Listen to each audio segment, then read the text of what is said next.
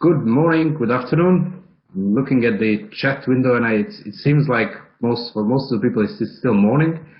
While we're waiting others to join, and as it always goes with the webinars, it's the last minute catching up. But we also have the YouTube channel where many people will follow.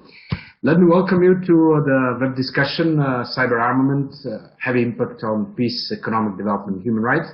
You already feel in the title that there is a catchy aspect of the armament. We'll touch upon that a little bit later. This webinar is the first in a series of cyber diplomacy web discussions, which are organized by DiploFoundation with support of Microsoft. The series will focus on risks for international peace and security, stemming from cyberspace, in cyberspace, and host a number of distinguished international discussants in the next weeks. My name is Vladimir Radunovic. I'll be your host and the moderator of the discussion today. With me also is Ms. Andrijana Gavrilovic, who will serve as the moderator of the chat discussion. So she will ensure that all the questions and comments that you post in the chat window are fed into discussion, that we don't omit any. The rules of the game in general, we'll have discussion with audio video with our guests. The inputs into discussion from your side are most welcomed at any point through the chat window, so simply type your comment or question at any point. There is no particular Q&A moment in these web discussions. Q&A moment is always throughout the discussion. The webinar is being broadcasted at the YouTube, and it's also recorded, so there will be a recording and a summary of the webinar in a few days. For those of you that are new to Diplo, quick insight into who we are. DiploFoundation is the international education institution. We offer capacity building and academic programs related to technology and diplomacy. And among other, we cover policy aspects of cybersecurity, including international debates related to peace and security. Our main work is done through research and observatory. There is a particularly useful online tool, the Digital Watch Observatory, where we follow the international negotiations and processes, and the online courses such as the ongoing online course on cybersecurity. Let me give you a brief context of today's webinar. The thematic focus of the web discussions will be on the issues related to ongoing global negotiations about responsible behavior in cyberspace, trends and impacts of, let's put it for the moment, as cyber-armament, the applicability of international law to cyberspace. There are a lot of challenges there. Challenges of traceability and attribution of cyber attacks. We know that that's probably one of the trickiest things in the whole debate. And then perspectives and applicability of norms and confidence building measures related to cyberspace. This webinar, which is the first in the series, will look into focus on developments and the trends when it comes to states' offensive cyber capabilities or capabilities to conduct cyber attacks, and the potential consequences of the growing number, sophistication, and power of cyber attacks conducted against countries and critical components of the society. I have great pleasure today to present two of my colleagues and speakers today, the distinguished guests. It's hard to say usually in a regular setting, we would say on my left and on my right. It's hard to put it that way in this online space, but at least in this window, it's below me. Chris Painter, the Commissioner of the Global Commission on Stability of Cyberspace, and the former coordinator for cyber issues at the US State Department. And to my, next to me, Oleg Demidov, a cyber researcher at UNIDIR, the UN Institute for Disarmament Research. Both of them have quite some experience and insights into the topic and the process. Chris has actually led the US delegation and was the key person for the US for years. And is now involved in the GCSC in proposing further norms and discussing the ways to implement the existing framework. And Oleg was a cybersecurity and global internet governance program at the non-government think tank Peer Center before. But within UNIDIR, he has quite some focus on the on the process and the consequences, and also the negotiations when it comes to the cyber roles and responsibilities. We will purposely blend both the practical experience and the knowledge or academic and research insights into this discussion. Let me start with a brief intro, and then I'll pass the floor with some or a hot potato to the panelists today or discussants. When we started with the whole internet, well, now decades ago, we might have lived in some sort of utopia that cyberspace will bring us only and probably unlimited prosperity. Of course it is still, and I think this is a very relevant thing to always underline the benefits that the internet brings to us. But then cybersecurity has become an issue years, also decades ago, but as the time passes and as we generally get more digitalized, the systems that we bring online are very vulnerable. The new ones, like the Internet of Things and smart concepts, smart cities, connected devices, even artificial intelligence seem even more so. But then the highly critical societal components like the energy grid, the factories, the financial sector that are getting digitalized at the same time are also increasingly vulnerable and making the whole society more vulnerable. At the same time, the threat actors have expanded. Maybe in the early days we used to have some geeks, script kiddies, as we would say, were playing and try to discover the vulnerabilities. Then we got more of the criminals, the political actors, and since, let's say, at least a couple of years ago, we can probably trace it since the discussion in the UN even started in 1998, to the states as well. So we seem to maybe be moving to a more dystopian scenario. The good news is that there are some moves in the international community to look for the agreements, how to minimize these risks, how to at least set some rules of the games when it comes to the states and other stakeholders. But we'll get back to that in a minute. If you skim through the articles and news these days, you'll probably see a lot of those related to cyber attacks against critical infrastructure, against the democratic institutions, against the freedom of speech, and so on. And a lot of mutual accusations, finger pointing, links to attacks, links of these attacks to the states, and so on. So we might ask the question whether we actually live in the time of cyber war. Many of the academics, and I'm sure that the two discussants would agree, and you reflect, it might be quite tricky to define what cyber war, what warfare, or the act of war in cyberspace is. But let me twist the question, and with that I start to you, and I also start with the same question to all the participants today through a poll that we're going to show over the screen, so you can take your opinions. Do we actually live in time of cyber peace? If it is hard to define cyber war, do we live in a time of cyber peace? Can we say that there is a peace in cyberspace? And what does this increased intensity, sophistication of cyber attacks mean, particularly in well, at least formally, the peacetime? I'll pass the floor now to Chris with the same question. Do we live in time of peace in cyberspace, Chris? And what does these all attacks mean actually when it comes to geopolitics and the instability of cyberspace and international relations? Chris, the floor is yours.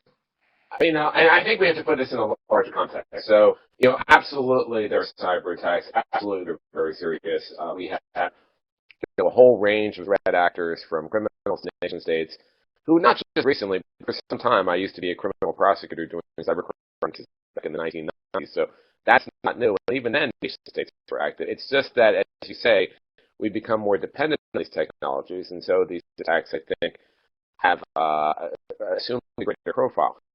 And I say put it in a larger context, the question almost is, do we live in a peaceful environment in the real world right now? The answer is we're never in a totally peaceful environment. We're never in a totally, or we're often not in a total war-like environment. We're certainly not what I'd consider in a cyber war. People have not died. I'm happy about that.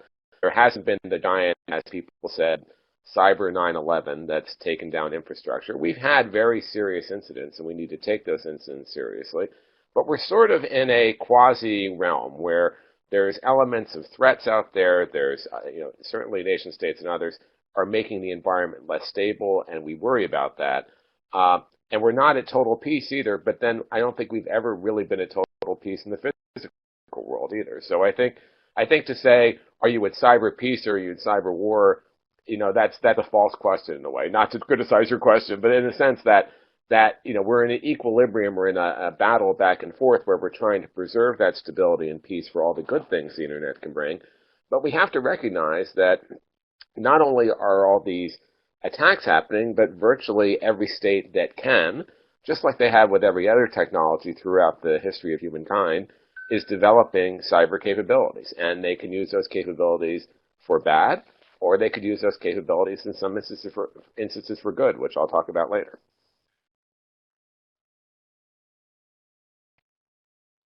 Thank you, Chris.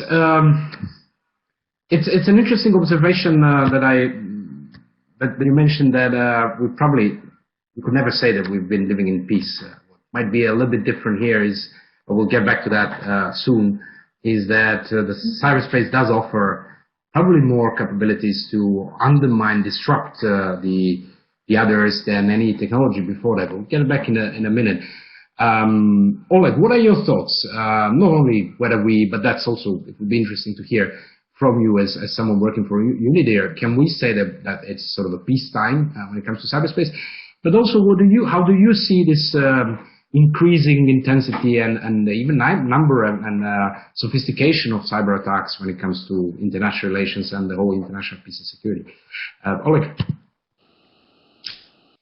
Thank you, Vlada. So in general, I would mostly agree with Chris. I would just add that it's an inevitable process as we get more dependent on the artificial domain, which cyberspace is, and our infrastructures, our processes, our decision-making processes, business processes, strategic missions and operations. Everything has become dependent on cyberspace. It's a natural thing that we have ever increasing and ever more sophisticated trend of exploiting this domain to project power, to project some goals through or in it.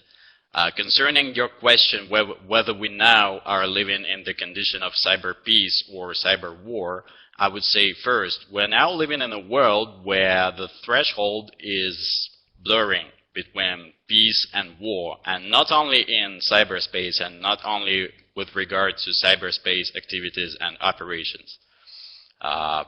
This is a very fundamental issue going back to whether we need to update the existing totality of the norms of international law, or do they still apply to emerging technologies. But what we witness from events and from incidents, both cyber attacks and some other conflicts taking place now all over the world, is that it's increasingly more difficult to draw the line between the condition of peacetime and the condition of war. One more thought I would like to add to this is that formally we're still in the peacetime, because there was never a consensus on any cyber impact, cyber operation, or cyber attack reaching or breaching the threshold of an armed attack or aggression or even the use of force, as those terms are understood in the Charter of the United Nations. However, this is becoming increasingly difficult to assess whether any of the incidents we have faced actually reached this threshold and to reach consensus on that. So formally, this is still peacetime, but in fact, the line is really blurring. If I could add one thing to what Oleg said, because you also asked what's been the effect on international relations, and I think, for instance, the fact that Unidir is focusing on this is one aspect of this. But when I started looking at these issues now, like 25, 27 years ago, people cared about cybercrime, people cared about cyber attacks, but I do think it's significant that now this has risen to the level around the world at a policy level of a really difficult and important issue. So that it's a foreign policy issue. My old office at the State Department, but over 35 other countries have similar positions now. the fact that the UN over the last number of years has focused on this, regional organizations have focused on this. This has become an important issue for the future, and I think that wasn't true even 10, 12 years ago. So that's been an evolution in sort of the impact on the international system. And frankly, I think it's important those institutions are looking at this, including the Commission I'm on and the capacity building work that others have done through like the Global Forum for Cyber Expertise, because this is, I think, both the real threat of the future, but also the opportunity of the future. And it is something that needs to be taken seriously at a high level, at a high political level. One of the questions that you basically touched in a way is how do we put this high enough on the political agenda? And I guess one of the things, unfortunately, that drives the attention of the highest authorities in a way is actually the consequences. So if we look at what could be the consequences of this more frequent or increasing sophistication and intensity of cyber attacks, one is certainly that we mentioned is the stability of the critical infrastructure, which probably was never in such a situation to be endangered in a way like this, or through some in a way hidden or tacit attacks which are not tangible. But the other question is also to what extent this trend actually impacts the economy of the society, in particular digital trends. We pay a lot of attention and efforts, even towards the SDGs, in digitalization. We, in a way, hope and believe that people, and put a lot of efforts, that people trust in digital technology.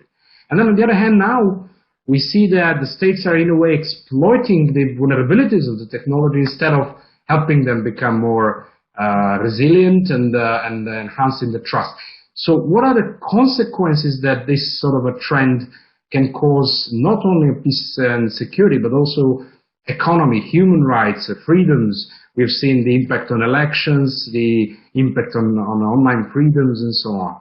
And is that something that can maybe even help moving the global community, and particularly the high level decision makers, to give a bit more of a compromise and get involved into negotiations?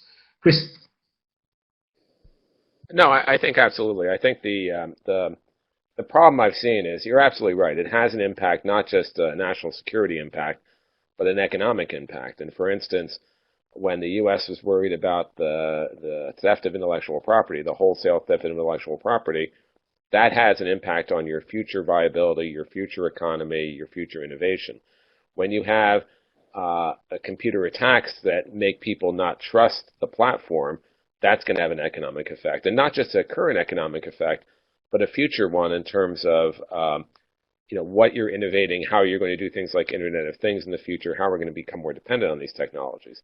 And one of the things I'd seen, especially in government, is the national security, and not just in the U.S., but around the world, the national security community and the economic community often didn't really talk to each other very much. They were a whole separate, they even had separate ways of describing the Internet. And so it's important to see this not just as a national security issue, but as, which it is, but also as an economic issue, and bring those two communities together to focus on that. That said, I think we have a long way to go to make this the political issue it needs to be. We have made huge progress over the last 10 years.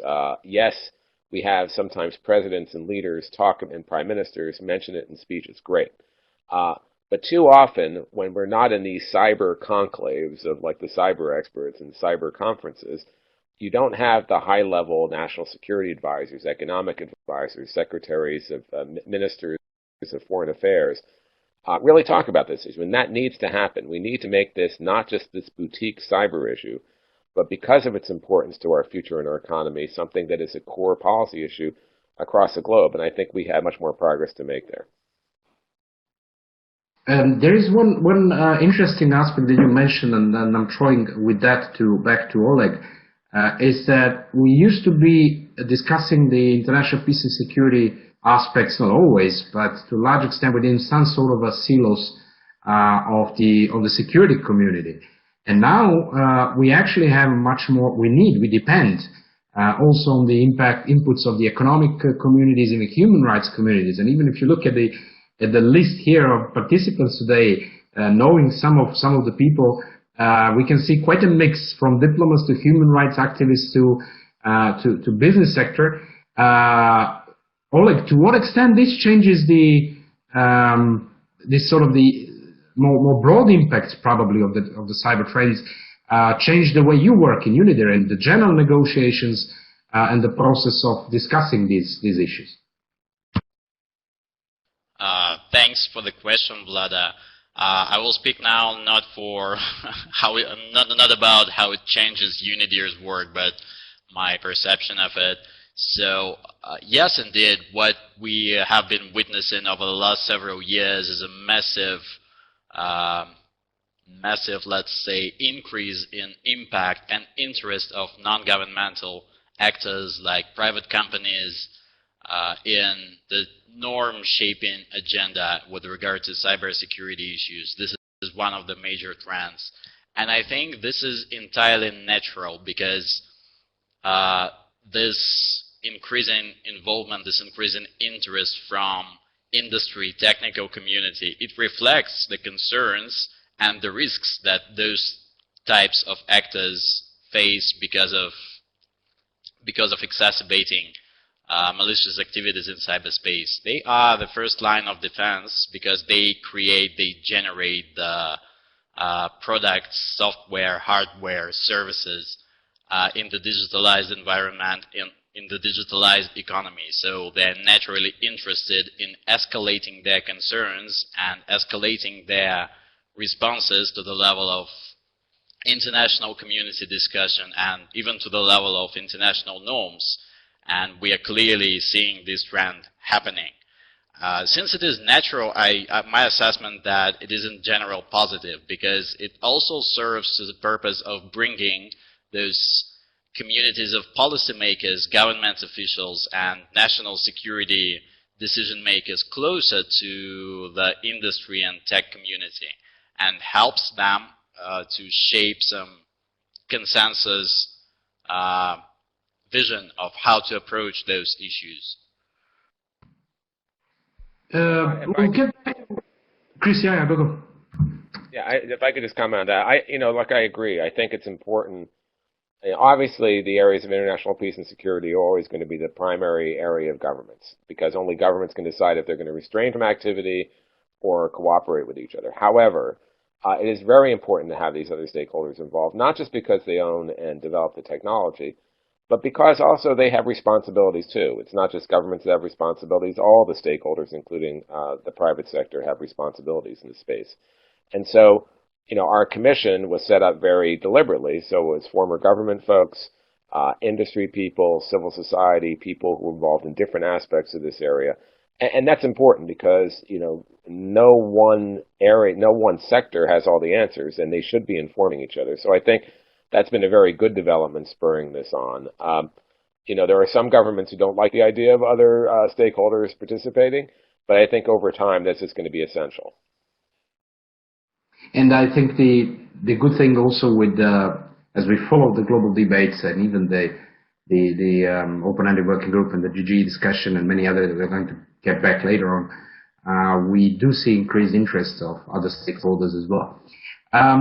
We'll get back to the process a little bit later. What I wanted us to do is to try to explain what does it actually mean, whether we put it as cyber-armament or whether we put it as developing weapons, or as it usually is referenced in the academic and official discussion, the offensive cyber capabilities. What does that mean?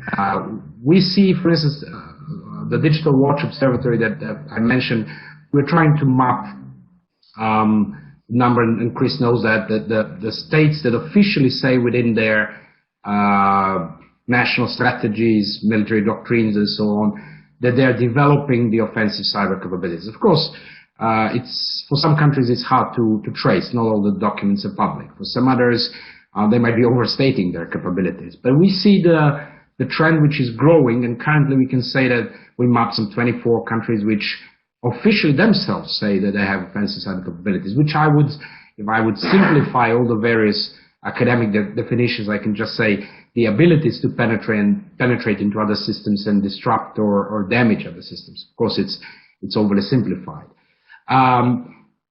Does that seems as a new arms race? What sort of weapons are we talking about? Is it actually about weapons?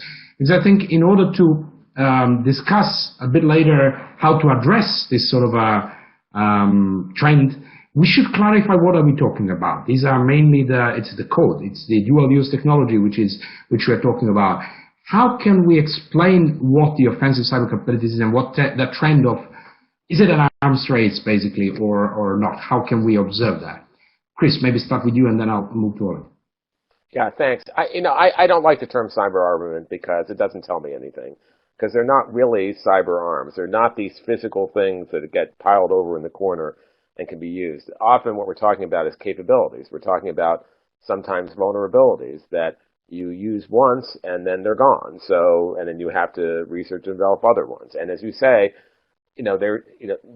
these technologies are neither good or bad in themselves. It's how they're used. So this is different than some traditional cyber arms or chemical weapons or other things like that. These are dual-use technologies, and we've seen before that when you say to researchers, that is something you shouldn't be doing. That's a cyber arm. They'll say, well, this is a research thing we're doing to look at vulnerabilities, and so you can't really, I also worry that when you say cyber armament, it brings with it a whole bunch of baggage. That you need to control cyber armaments, you need to limit cyber armaments. There's no practical way to do that. As I said, every country who can, and even countries who can't, they outsource it, are developing these, as you will, offensive or cyber capabilities. And that's natural, like it has been with every other technological advance. And what I think you need to focus on, and whether it's for destructive purposes or surveillance purposes, there is, as you mentioned before, a human rights dimension when states are using these technologies to monitor their own citizens. That's problematic. Citizens could also use these technologies to avoid detection. So all of these things have multiple uses. That said, we are worried about the destabilizing effect of all these countries developing these capabilities. And so what you want, and also criminal groups and others. So what you want, I think, is a lot of transparency. I am happy about states coming out and saying we have these capabilities because that's the first step to having a doctrine that describes how they're going to be used and when they're going to be used. And when you talk about when they're going to be used, if they're used in a destructive way, like the NotPetya worm, that's bad. If they're used in a targeted way that avoids the loss of human life, like supposedly what happened maybe with the recent Iranian incident, and again, this is only what's been reported in the paper, so people don't die, that might be good. So, it's not the thing, but it's how it's used. And so then that means to me that rather than come up with some regime that's going to quote control a cyber armament, you need to focus on how do you condition the impacts? What targets are off limits? What things are too destabilizing to allow to happen? And that's exactly the norms work and the rules of the road work that the GGE has been doing in the UN, that the Commission and others have been focused on. What are the things we want people not to do? To restrain from doing, to refrain from doing, and what are the things we want them to do to cooperate with each other? And I think that's a more productive way. When we've gone the other route, like using regimes like Wassenaar, that hasn't worked very well because then, it might protect certain interests, but then other interests say this is overbroad and doesn't work. So I think we really have to focus on impact. That's probably one of the key questions in the debate. How do we follow up? How do we assess? Basically, the capabilities are based on exploiting the vulnerabilities in the systems, which, as you said, it's quite hard to. You can't stockpile. Well, you could. We saw the stockpiles of exploits, right? But it's a code. It's not the bags of weapons.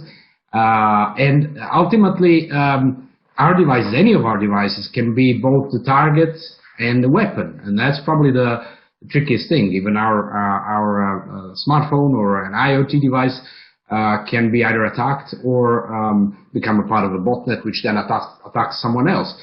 Now, Oleg, having that in mind and everything that Chris mentioned, how complex it might be to follow any sort of development of such exploits, tools, and capabilities, and having UNIDIR's experience in other forms of well, weaponry, and again with quotes over that.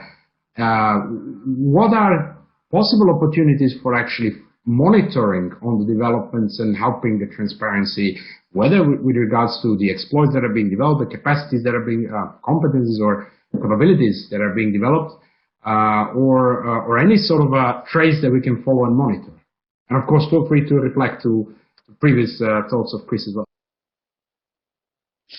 Yeah, thank you for the question. It's indeed a complicated one. So Chris mentioned that we should focus not on the quite misleading notion of cyber armaments, but on capabilities. I would suggest even focusing more on activities, the types of activities, actions, operations for which and in which those capabilities are deployed. And there are two ways to try to make your own judgment and assessment of those operations. The effects that they produced, damage, human casualties, disruption of networks, economic impact, etc. And also the purpose, the intended purpose of those activities. So basing on those two parameters, purpose and effects induced by any activities in cyberspace, you can set the basic metrics for categorizing them as either malicious activities or some aggressive acts or etc. So in terms of monitoring these activities, malicious activities in cyberspace, and the capabilities that are used to conduct such activities, one of the potential ways, well, not potential, but actual ways, at least starting from 2013, was already mentioned by Chris.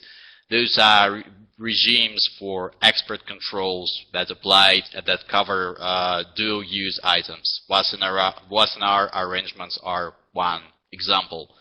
I also agree that, as Chris mentioned, the efficiency of those monitoring frameworks for dual-use items is somewhat controversial when it comes to cyber elements, especially to software, because it's really difficult to monitor and control something that doesn't have permanent characteristics. Code can be changed, code can be altered.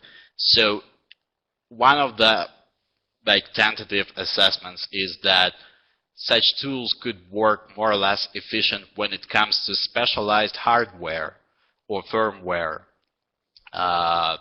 So some tangible components that are specifically designed and used and manufactured to be deployed in specific types of operations in cyberspace.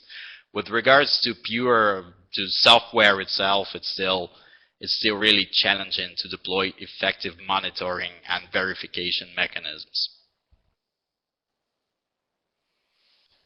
If I could just add one thing to it is, I think my focus is on, as you said, the impact, when they're actually used, how they're used. And I think that's been the very helpful focus of the UN and others. Because, for instance, one of the UN norms is don't attack the critical infrastructure of another country. In peacetime, wartime, there are international law that applies. There's distinction and proportionality. But in peacetime, that's off limits. Or don't attack the computer emergency response team or the computer security incident response teams. They're like the ambulances or the hospitals. So you're taking thoughts we have in the physical world and saying that's something that should be off limits. That's destabilizing to go after that. So thinking about what the impacts are, what the damages caused, what communities are harmed by that, and what the overall harm is, can help us come up with these rules of the road. And then, part of it is making sure we're holding people accountable for violations, and then making sure there are consequences for them. So this is a long road, but coming up with those things we don't want to see, those activities, I think is critically important to maintaining peace and stability in this area. Just a quick response to Chris. Yeah, thanks. So just a quick response to what Chris just said. Indeed, the UN norms, the norms adopted in the 2015 report of the UN Group of Governmental Experts, are a very good example and a very solid basis for the international community's further efforts to mitigate this challenge. But in fact, I would say that many of the norms, including some of them that Chris mentioned, like do not attack cyber emergency response teams infrastructure, do not attack critical infrastructure. So those norms actually are based on a little bit different approach. They do not arise from the properties and characteristics of the cyber tools, cyber capabilities, or cyber operations. They are based on a little bit different paradigm, I would say. You just agree on a list of objects, infrastructures that should not be attacked. So the paradigm is focused not on the properties of the tools you use for attacking something, but on the properties of the asset that is under threat, which doesn't make it less valuable or less helpful. I mean, those norms are the basis of the ongoing debates to enhance them, to operationalize them, and this is the major achievement that we made over 15 or 20 years. I guess another challenging aspect there is what is the critical infrastructure these days, and we have seen increasing discussions to what extent the social media or the election systems and many others actually should be considered a critical infrastructure. The comment from one of the participants out there is to what extent, for instance, the critical IoT devices, and particularly the big data stored related to devices such as medical devices and others which are being increasingly attacked, could fall under a category of critical for some country, maybe not for another. So it's not only the systems, it's also the data, and then there is this nuance between penetration into a system for espionage purposes or damages. So how do we handle? Probably different states also have different understanding of what is critical for them. How do we handle these nuances, or is that the next step? Maybe Oleg and then Chris. Yeah, I mean, I think that is part of the next step, but I do think each state generally will define what's critical to them, because critical infrastructure really means what is so critical to your society that if it goes down or it's compromised, it's going to have widespread societal, economic, political effects, and that's going to be different. There's some core ones like the electrical power grid, the financial system, certain things like that are probably the communication system, which will probably be core for every country, but it will be a little different. So I think that's kind of a constructive ambiguity to some extent. It doesn't mean you shouldn't dig down further. Some have suggested, like the Commission, that the global core of the Internet is not in any one country, but that's something that should be protected. Others now have talked about election systems, and that's important. So I think, as we go forward, we're going to further define these terms and figure out how to deal with them, and there'll be new ones. Look, to paraphrase the former president of Estonia, or not to paraphrase, I'll quote him, Thomas Ilves, who's a good friend of mine. One of the attacks we haven't seen yet that worries him the most, and frankly worries me the most, is exactly what your questioner said, is an attack on data in medical devices or held in a hospital that doesn't steal the data, doesn't disrupt the data, but changes the integrity of the data. As he used to say, I care deeply if I can't get to my website because of a denial of service attack. I care a lot more deeply if someone changes my blood type and I get a transfusion and I die.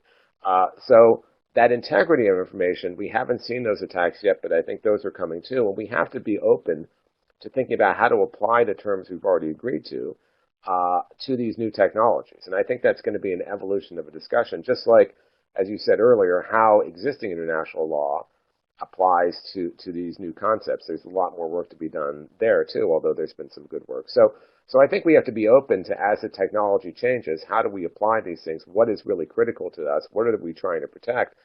I think the election interference issues, some of the big attacks that happened recently, have had the effect of raising awareness, which is good. But we have been very lucky. There's been financial displacement, but not death or destruction. But that could come, and we need to make sure that we focus on these new developments.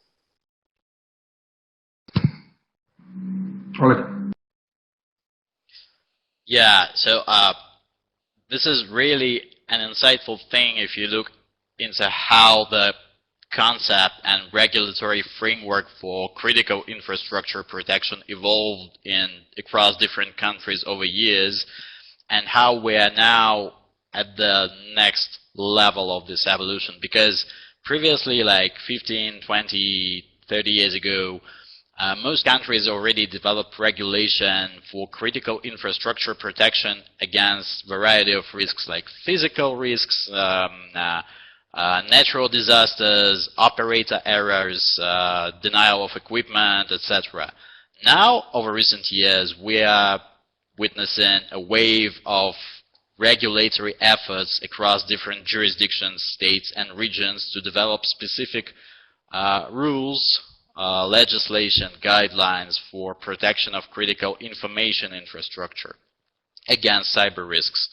And what makes me a bit optimistic about this topic is that there are certain similarities in approaches between countries that have nothing in common. For example, if you look at the principles and methodologies embedded into the EU Directive on Network and Information Security of 2016, and how it relates to critical information infrastructure protection, and, for example, compare it with the recent legislation on protection of critical information infrastructure in Russia, the very methodology of the two pieces of legislation is quite similar in terms of parameters and criteria that help them define what critical information infrastructure is. Because both are directly or indirectly based on the notion of essential services. Essential service is some service that a significant share of population depends on in a respective country, and significant share of population needs it to live its life, to conduct its daily activities, to get access to some critical assets, and to live their life, as I said. So in the EU, one of the basic parameters for defining what this essential service, or you can also call it critical infrastructure, is, including for the ICT sector, has been the share of population which depends on services provided by a particular provider. And surprisingly, somewhat similar approach has been used in Russia, for example. And this is that makes very good sense to me, because it's not about defining some critical nature or value of some object, asset, or infrastructure per se, but it is about how valuable, how essential this object, service, or infrastructure is for the population, for people. So this is one of the best ways to define, one of the most interesting ways, at least to me, to define the critical information infrastructure. And of course, in addition to that, as we are witnessing the development of tools that may have cyber-physical impacts, for example, cyber-physical attacks on medical devices, or for example, on smart transport, connected cars, connected infrastructures. One more way to define critical infrastructure could be the possibility, the probability of human casualties and damage to human health, human life, in case this service, this infrastructure is disrupted or attacked through cyberspace.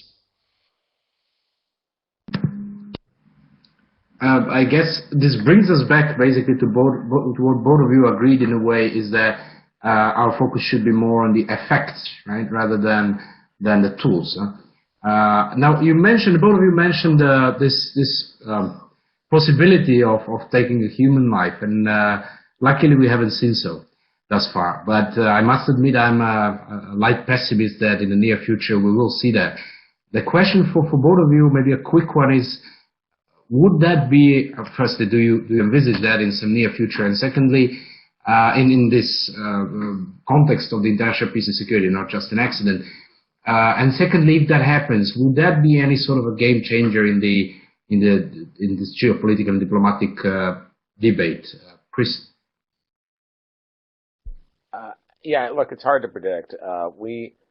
You know, I remember 20 years ago saying, people saying we're going to have the cyber 9/11 or cyber conflagration, whatever. People have these different terms that they use. I don't like any of them. I hate when people say these things because it doesn't really help. But we've been having these prophets of doom talking about this forever, and we've been worried about it. We've been worried about a big infrastructure attack. We've been worried, if you take down the electrical power grid, that people will die as a consequence of this. And in some ways, the international law aspects become easier then, because when people are dying or you have destruction of property, you have likely crossed that threshold into a use of force, and that puts a lot of other things into play. But we've been fortunate not to have that, in part because I think what we've seen is that nation states don't have an incentive to do that, except for if they're actually in a shooting war. Then they'll use cyber to, just like they use any other technology, and we've seen that in some conflicts. They don't have an incentive, and there's entanglement and other things to keep them from doing that. Terrorists are more interested in causing death and destruction in physical ways. They plan and proselytize through cyber means, but they don't really attack infrastructures that way. So we haven't seen it yet. That doesn't mean we won't see it. We have to be on guard against it. Even with all the rhetoric, I think we have to be worried about it as we become more dependent on these technologies. And I do worry about rogue states or rogue groups doing that. Now, would it be a game changer if that happened? I think that would be. I think as these things escalate, as people see these things escalate, first of all, something that caused loss of life that could be attributed to, say, a nation state would, I think, really raise the alarm bells in the international community. Very much like something that was relatively minor, the 2007 Estonia event, denial of service event, raised the international profile of these issues. I think if there was really something that caused, death and destruction, that would raise it to the level for policymakers that they often ignore it now, because they say, well, cyber is important. I know it's important, but I have all these other things I'm dealing with that are more important. Now, that said, I don't want that to happen. I don't want this bad thing to happen that will galvanize international attention. We need to find ways to get that international attention without this happening.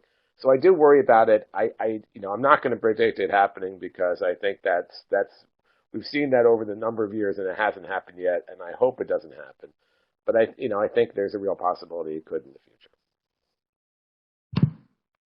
As we would say, even if that happens, then don't waste the crisis. Use the momentum at least to push the negotiation. Oleg. Yeah, I totally agree that one of the major goals behind the international community's efforts to develop some rules of responsible behavior and norms was to arrive to some working mechanism before the cyber Pearl Harbor happens. Concerning whether it would be a game changer for people's minds, it might sound like a little bit of cynical logic, but I guess that it would depend on whether such an incident would be public, and it also would depend on its scale. Because there are tailored operations, for example, including tailored cyber operations that may even target particular individuals. And if the result of such operation is creating the effect, like through hacking a medical implant, a medical device, or through hacking the systems of a smart car, resulting in a car accident, result in a death of a person, it might still go below the radar for people and for public debate. Unlike that, if you have a major cybersecurity incident, like at a chemical plant,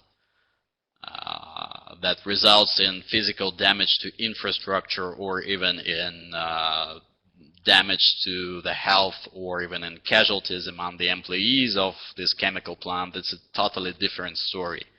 So the impact of this incident that none of us, I believe, wants to happen ever, would be defined to a considerable extent by its scale and public awareness of it. Certainly, as you said, that the goal of the whole process is to avoid that, and let's hope that we'll be faster with solutions and implementation. I wanted us to spend the last 5 minutes in a more positive tone, and I think the goal was actually to map all the risks. But at the beginning, I mentioned that the good news, and I think two of you also shared that throughout discussion. The good news is that things are moving. Let us quickly focus on, of course, in the subsequent debates in the next weeks, we'll focus more on the processes as well. But I wanted to touch the base with two of you on what is on the table when it comes to the processes currently.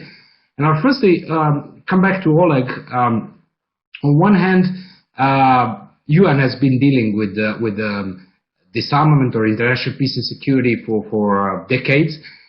Is there any sort of the existing platform, process, mechanism that is used or could be used, has a potential to be used in this dialogue? And then you might briefly reflect on what happens within the UN group of governmental experts in an open-ended working group. Just what do we have as a process now? And I'll get back to Chris with more or less the same question, but also focus on the new type of discussions, including the multi-stakeholder ones, like, of course, the Global Commission, but also the Paris Call and the Cyber Tech Accord and many others that are emerging, which are a little bit different. So, like, let's start from the UN system. How are the things there? What do we have as a plate of options, basically?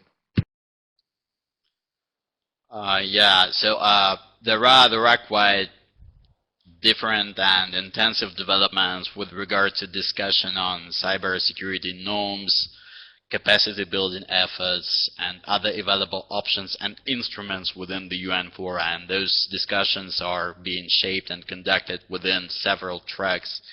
I believe the most well-known among all of them are the two groups that are currently active. One of them is the group of governmental experts on advancing the dialogue on responsible behavior in cyberspace, and the second one is the open-ended working group, both established based on two different resolutions from last fall. So this is an unprecedented situation, because the mandates, the provisions in the mandates of the two groups are really, really similar, and both of them use the work of previous GGs, previous groups of governmental experts, as the fundament, as the basis for their activities. So, of course, this situation, it wasn't expected, and it involves several risks. For example, that the two groups might have entered the regime of some competition, trying to undermine each other's activities. Luckily, as far as we can judge from today's observations and the first substantive session of the OAWG that took place in September, this scenario isn't happening. Instead, we're witnessing the modality of cooperation between the two groups, between their secretariats, between the consultants supporting both of them, including UNIDIA consultants, not myself. So we're witnessing some modality of coordination, a proper coordination between the two formats, between the two groups, and some constructive efforts aimed at putting in place proper division of labor, division of duties between the two formats, between the two processes, where one could focus on issues, let's say, like cyber capacity building, further discussion and enhancing the rules of responsible behavior and norms from the previous GG reports. And let's say the other could focus on some issues like the application of the norms and provisions of international law, including the UN Charter, to cyberspace and activities in cyberspace conducted by states and other actors. So far, putting it in two words, the current dynamics and the current interaction between the two processes gives us reason to be optimistic about their further life cycle and about their final outcome, which we're going to witness in late 2020 and 2021, when the life cycle of the GG, those activities of the two processes are non-exhaustive. Within the UN itself, as an organization, there is a number of efforts to deploy proper coordination of activities related to cybersecurity capacity building, awareness raising, training, sharing of resources and information between different departments, between different units and organizations across the huge UN family of organizations and departments. But it would take me another hour to describe all those developments in detail. So just to admit the fact that they're happening, and they're aimed at, first of all, they're aimed at ensuring proper coordination in order that the UN could address the challenges of cybersecurity and the tasks of cybersecurity capacity building in a coordinated manner. Thank you, Oleg. Actually, we will have at the end of this series of debates the full focus on the processes. So this is really to scratch the surface. Chris. Yeah, so I too am cautiously optimistic about the UN, the two UN processes. It's early days, but I think it's been a good start. And the UN, I think, is an important institution and has been in looking at these issues. But it's not really built, it's built for states. And it's not really built for other stakeholders. Now, that said, I think both these processes have made efforts to do some outreach to other stakeholders. I was just in Addis Ababa last week at the African Union, and there was one of the regional efforts there to talk to various stakeholders. And I think that's very important to get that informed. There's also a lot of regional things happening within the Organization for American States, within the ARF out in Asia. They're looking at these same issues and trying not to compete with the UN processes, but to supplement them, and I think that's important too. And then, of course, the Organization for Security and Cooperation in Europe, which has been focused on CBMs, or confidence building measures. So those are important efforts too, that all, I think, hang together. And then, as you said, there are a number of efforts that are not governmental efforts. The Global Commission is one. It's brought together different stakeholders. And the point of all these efforts, I should say, is not to compete with or displace the UN processes. That makes no sense. The UN processes are important, vital processes, but to supplement and inform them. So the Global Commission, the recommendations we're making, not just with respect to norms, but the way forward and how we keep this conversation going and how we have accountability for the norms we have. I mean, the really good work of the UN, which has been supplemented by others, has been, what are the rules of the road? What are the norms that we should be agreeing on? But then you have to get people to actually implement those norms, and you have to get them, you have to have accountability for those people who breach them, and we really need to start crossing those bridges too. And only a small group of countries have really been involved in this debate so far. We need to expand that group out. So all these things that you mentioned, the Global Commission, the Paris Call, which brought together a number of different stakeholders from around the world, to endorse a number of principles, some that were and many which came from the UN documents, was important. Private sector efforts like the Siemens Charter of Trust or the Microsoft Charter, those things I think are important to bring industry involved. So there's been a lot of great activity there. And I think, just to end on the same note that Oleg did, one really important aspect of all of this is the capacity building aspect. So one of the reasons I was in Africa was for this Global Forum for Cyber Expertise, which is a big multi-country, multi-stakeholder capacity building effort. Is trying to coordinate all the as much as they can of the capacity building efforts around the world and tap into all the things that are happening, because there's so much happening, which is good. But we need to channel that and get countries prepared to deal with these issues on a technical level, but also on a policy level, including be able to participate in these debates about norms, rules of the road, consequences, what international security looks like, and actually start implementing these things. So I think those capacity building efforts are very practical, but they're important to carrying forward the policy discussions that are happening. And The fact there's a lot happening, I'm not that worried about. Some people say there's too much happening. I used to say that there were so many cyber summits, it was like the cyber Alps sometimes. But the fact that we have good activity, focused activity that's meant to inform some of these UN debates, I think is important, and is an important aspect of this going forward. So I don't think we'll end up like we were in 2017, where we weren't able to reach a consensus in this UN process. I hope we'll be able to reach a consensus because it's too important an issue for us not to make progress. But it's going to be, it's not going to be an easy road, but it's going to be an interesting one. Thank you for both of you for ending with an optimistic note. A good addition is that basically all the processes are really, including the UN, are becoming more and more open to other stakeholders with a lot of opportunities for consultations and so on. So this is a sort of an open invitation to everyone to also follow and join the processes, all of them, the UN and the multi-stakeholder ones, and get involved. At the end, I can just thank you both, gentlemen. And now I realize we didn't have a gender balance today, but in the next debates, apart from Andriana, who was coordinating the online chat, but in the next debates, we promise we'll have more of a gender balance. The next 3 debates, basically the next one, tentatively scheduled for 31st of October, but we'll confirm, and you can already apply to join us. And we'll be focused on applicability of international law to cyberspace, what are the rules of the road.